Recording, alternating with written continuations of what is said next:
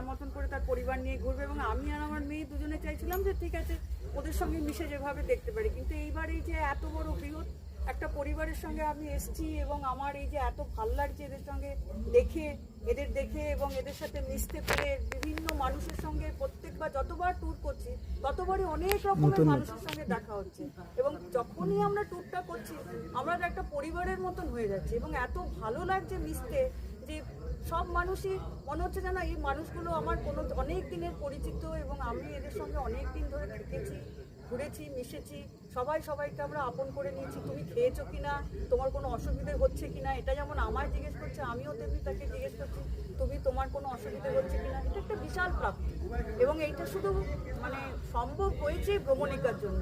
খুব সত্যি কথা বলতে কি, আমি কোনোদিন সেভাবে কারোর সঙ্গে ঘুরতে যেতেই পারিনি।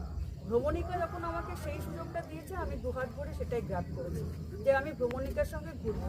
ভ্রমণিকা দল অসম্ভব ভালো, বিশাল ব্যক্তি হোক ভ্রমণিকার আমি সবসময় চাই, যখনই দেখি কোথাও কিছু ভ্রমণিকা সম্বন্ধে হচ্ছে আমি সঙ্গে সঙ্গে সেখানে একটা ঢালাও প্রশংসা করতে থাকি, যাতে আরও লোক ওদের চেনে, আরও লোক ওদের সঙ্গে যাতায়াত করে, এবং ওরা বুঝতে পারে যে ভ্রমণিকা দলটা সত্যিই ভালো। যারা পরিচালনা করছে যে 3টি ছেলে সত্যিই খুব ভালো, ভ্রমণিকার অনেক ভালো, এবং আমরা ভ্রমণিকার সঙ্গে আরও করতে।